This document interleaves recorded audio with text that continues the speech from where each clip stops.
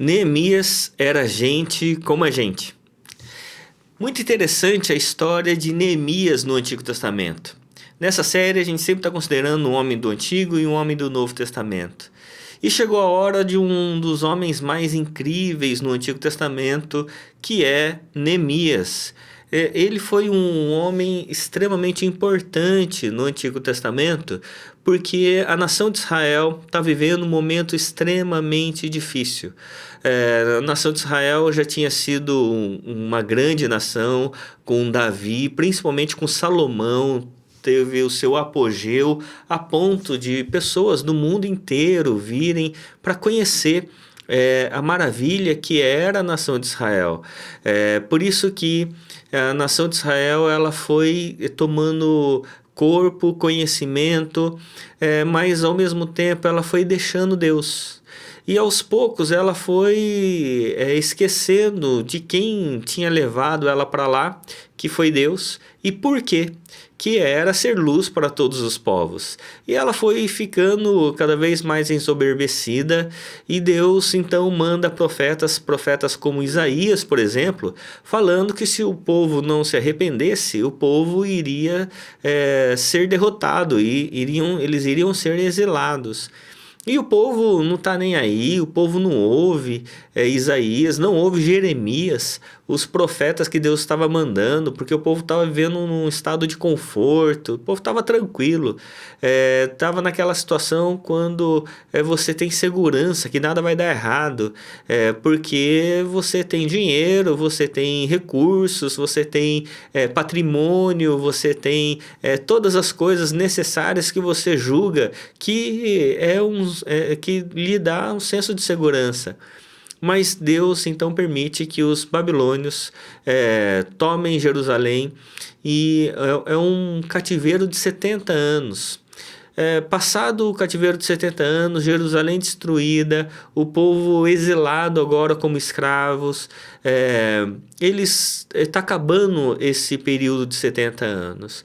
E um dos homens que Deus usa para levantar é Neemias. Neemias, que possivelmente tenha nascido já como escravo, cresceu como escravo, não sabia o que era liberdade, e ele agora tem um cargo alto na onde ele estava. Ele era copeiro do rei, um cargo que fazia com que a pessoa pensasse: poxa, agora eu estou tranquilo na vida, agora eu não tenho que esquentar a cabeça com o que vai acontecer, mesmo eu sendo escravo aqui, eu tenho a confiança do rei, o rei não vai me deixar faltar nada.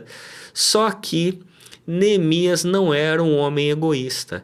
Ele recebe a visita dos seus irmãos, e isso mexe extremamente com o seu coração, que vai dizer lá no comecinho do livro de Neemias, que vai dizer assim: palavras de Neemias, filho de Egalias, no mês de Quisleu, no 20º ano, quando eu estava na cidade de Suzã.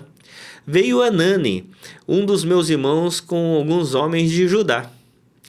Então lhes perguntei a respeito dos judeus que escaparam e que sobreviveram ao exílio, a respeito de Jerusalém. E eles me responderam: os restantes, os que sobreviveram ao exílio e se encontram lá na província, estão em grande miséria e humilhação. Essa cidade tinha sido uma cidade que trazia glória a Deus, agora era uma cidade de miséria e de humilhação. As muralhas de Jerusalém continuam em ruínas, os seus portões foram destruídos pelo fogo.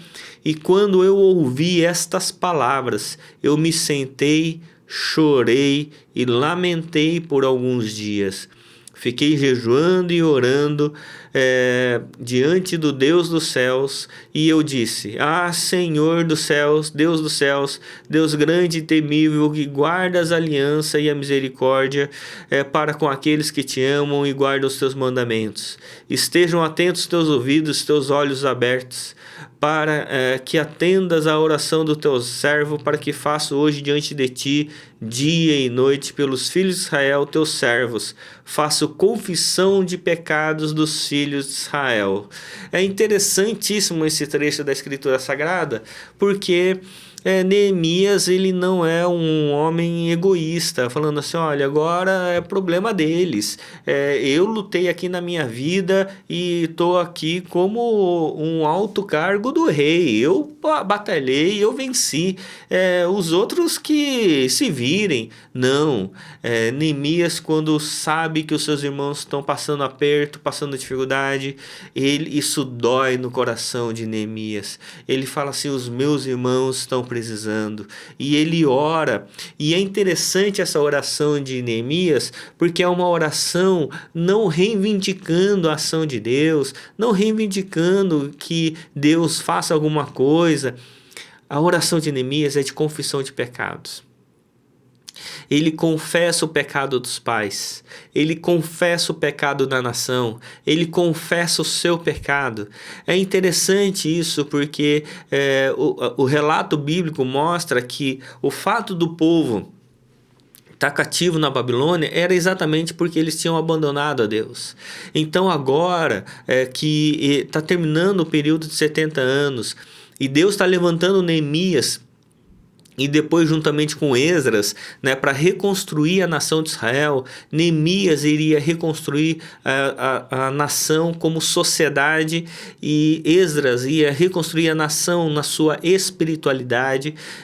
Eles agora têm a clara noção de confissão de pecado e a primeira oração que Neemias faz sobre confissão de pecado e o Deus que guarda a aliança. Eles sabiam que Deus tinha uma aliança com o povo. É por isso que nessa situação, Neemias, ainda servindo o rei, ele fica abatido e o rei, que confiava, que gostava muito de Neemias, fala assim, olha, está acontecendo alguma coisa com você está um pouco estranho, o que está acontecendo? E Neemias fala, olha, como é que eu poderia estar bem se o meu povo está sofrendo, está acontecendo um monte de coisa com eles, eu não conseguiria estar bem e ver o meu povo nessa situação. E aí o rei fala assim, o que você quer fazer? Ele falou assim, eu quero ir lá ajudar na reconstrução. E aí ele pede cartas para pegar madeira, para conseguir passar sobre os lugares e até chegar em Jerusalém. Quando ele chega lá, ele vê aquela situação terrível, porque o povo não estava só destruído no seu patrimônio, com relação aos muros que protegiam a cidade, com relação às casas que haviam sido queimadas, com relação aos portões que agora não tinha mais segurança.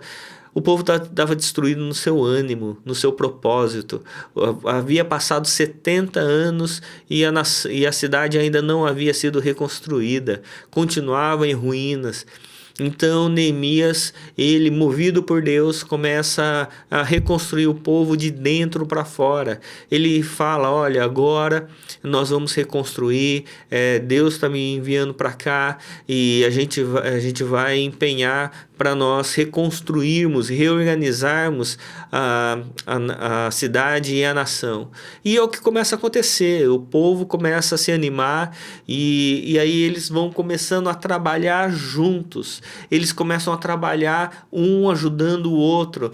E é interessante que no capítulo 4, no capítulo 5, no capítulo 6, ele vai mostrar que essa dinâmica da reconstrução, que uma família sempre vai estar junto a ele, ao seu lado e depois dele. Esses termos, junto a ele, ao seu lado e depois dele, sempre vão estar presentes falando das famílias que estavam ajudando na reparação. E é interessante um outro fator, que na reconstrução dos muros, na reconstrução da cidade, quem começa a arregaçar as mangas e colocar mão na massa, como se diz, eram os sacerdotes, eram os mais importantes. Não era uma questão de ordem, né? Falar assim, olha, faça isso. Não, eles se uniram e todo mundo trabalhava. Era como se fosse um mutirão. Não sei se você já participou, mas eu tive o privilégio de participar de mutirões na construção da igreja presbiteriana lá em Presidente Prudente. E era muito legal, porque a gente fazia os mutirões ao sábado e aí todo mundo se unia, a gente chegava, para construir lá a igreja, todo sábado, né, 7 horas da manhã, e íamos até final da tarde, né, só parava para o almoço para a gente comer uma marmita, né, e era muito interessante porque é esse senso de unidade, senso, olha, não tem ninguém maior aqui do que ninguém, né, vamos todo mundo pegar a mão na massa e trabalhar. Então isso era extremamente importante, e Neemias anima, reorganiza e direciona o povo para essa reconstrução que começa a acontecer. O problema é que sempre vem adversários, inimigos, pessoas para dizer, eu acho que isso não vai dar certo. Pessoas para desanimar, né? E, no entanto, Neemias, ele, sem medo, ele não desanima, ele continua animando o povo. E um exemplo importante é que isso foi um marco aqui na história de Neemias, é no capítulo 5, nos versos 14 a 19, quando ele é colocado como governador, né, lá da cidade, e ele fala o seguinte: também, desde o dia em que fui nomeado governador na terra de Judá, desde o 20º ano até o 32º ano do reinado de Artaxerxes, 12 anos, nem eu, nem os meus companheiros comemos o pão que me cabia como governador. Mas os primeiros governadores que tiveram antes de mim oprimiram o povo e tomaram dele pão e vinho, além de 40 moedas de prata, até os seus servos dominavam sobre o povo. Eu, porém, não fiz assim por causa do temor de Deus. Olha que extraordinário. Ele colocando que havia um problema que não era só a destruição física, não era só a destruição do ânimo, mas era a destruição dos valores. E agora Neemias reconstrói fisicamente a sociedade com a reconstrução dos muros, das casas, reconstrói o ânimo, porque eles começam a trabalhar junto um ao outro, depois um do outro, o ânimo é reconstruído, mas também agora volta a reconstrução dos princípios e dos valores mais importantes, os princípios de justiça, de generosidade, de abnegação, onde os líderes não são para serem servidos, mas para servirem o povo. Então agora começa essa questão bastante importante da reconstrução de Jerusalém, da reconstrução depois do templo, para que essa reconstrução pudesse ser o palco da vinda do Messias. Depois dessa reconstrução, nós vamos ter ali 400 anos de silêncio para a vinda de Jesus, o Cristo. João Batista vem como a voz que clama no deserto, preparando o caminho para Jesus, mas depois Jesus vem para ser o Cristo, o Messias. Por isso é importante a gente entender a história desses grandes homens, grandes mulheres, né, do passado, que são referência para nós, que são gente como a gente, pessoas que são movidas por propósito, que são movidas por um engajamento missional e não somente por um benefício financeiro, por um ganho. Neemias é uma pessoa extraordinária, é um dos homens muito importantes para todo o panorama bíblico da dinâmica da Escritura Sagrada, preparando para a vinda do Messias. Por isso, a minha oração por mim e por você é que possamos ser homens e mulheres fiéis ao propósito de servir o Senhor. E não ter medo de servir o Senhor com toda a integridade, porque Ele tem cuidado de nós. Que Deus o abençoe, em nome de Jesus. Amém.